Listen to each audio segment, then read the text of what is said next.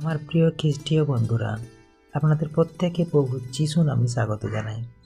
আপনারা দেখছেন Jesus voice Bangla channel. আমরা এখন একটি বিষয় দেখব, যে বিষয়টি নিয়ে আজকে আলোচনা করব। তো বিষয়টি হচ্ছে ঈশ্বরের ক্ষমতা। ঈশ্বরের ক্ষমতা এই বিষয়ের উপরে আমরা আজকে আলোচনা করব। তো এখন বাক্য একটি দেখি, ওই বাক্যের উপরে ভিত্তি করে আজকের আমরা বিষয়টি দেখব। বাক্যটি নেওয়া হয়েছে বাইবেল, আমাদের ধর্মশাস্ত্র বাইবেল থেকে, দ্বিতীয় বিবরণ 32 অধ্যায় 39 পদ। এখন দেখো, আমি এই তিনি, আমি ছাড়া কোনো ঈশ্বর নেই। আমি হত্যা করি, আমি এই জীবন্ত করি, আমি আঘাত করেছি, আমি এই সুস্থ করি। আমার হাত থেকে উদ্ধারকারী কেউই নেই। তো ঈশ্বর ওনার বাক্যে যেটা বলছেন, এটি পবিত্র বাইবেলের পুরাতন নিয়মের একটি গভীর ও শক্তিশালী ঘোষণা, যেখানে ঈশ্বর তাঁর একাত্ম, সর্বশক্তিমত্তা ও সার্বভৌম কর্তৃত্ব স্পষ্টভাবে প্রকাশ করেছেন। এখানে আমরা পরপর আমরা কয়েকটি পয়েন্ট দেখব, সেই পয়েন্ট অনুযায়ী আলোচনা করব। পরপর 5টি পয়েন্ট আমরা দেখব, এবার 5টি পয়েন্টে আলোচনা করব। তারপরে আমরা গুরু প্রার্থনা করব এই বিষয়ের উপরে। প্রথম 1 নম্বর পয়েন্ট, আমি এই তিনি। এখানে ঈশ্বর নিজের পরিচয় জোর দিয়ে দিচ্ছেন। এটি বোঝায় তিনি চিরন্তন, অপরিবর্তনীয়, অন্য কোনো শক্তি বা দেবতা তার সমকক্ষ নয়। তিনি একাই পরম সত্তা। এটি একেশ্বরবাদের স্পষ্ট ঘোষণা। আমরা 2 নম্বর পয়েন্ট দেখি, আমি ছাড়া কোনো ঈশ্বর নেই। এটি মূর্তি পূজা ও ভ্রান্ত বিশ্বাসের বিরুদ্ধে সরাসরি ঘোষণা। ঈশ্বর বলছেন, মানুষের বানানো দেবতা বা শক্তি বাস্তব নয়। সমস্ত ক্ষমতা,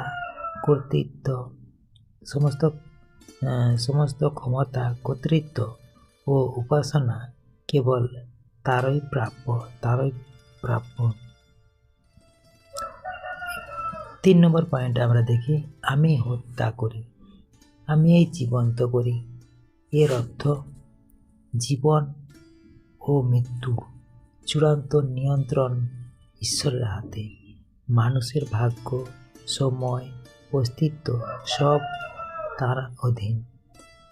এটি ভয় প্রদর্শনের জন্য নয়, বরং স্মরণ করিয়ে দেয় আমাদের জীবন তার দান। 4 নম্বর পয়েন্ট দেখি, আমি আঘাত করেছি, আমি সুস্থ করি। এখানে শান্তি ও আরোগ্য দুই ঈশ্বরের নিয়ন্ত্রণে। কখনো কষ্ট শিক্ষা দেয়, কখনো শাস্তি সংশোধনের জন্য আসে, আর সুস্থতা ও তার করুণার ফল। এটি তার ন্যায় বিচার ও দয়ার সমন্বয় প্রকাশ করে। আমরা 5 নম্বর পয়েন্টেও দেখি, আমার হাত থেকে উদ্ধারকারী কেউই নেই। অর্থ, ঈশ্বরের ইচ্ছা ও পরিকল্পনা সর্বোচ্চ। কেউ তার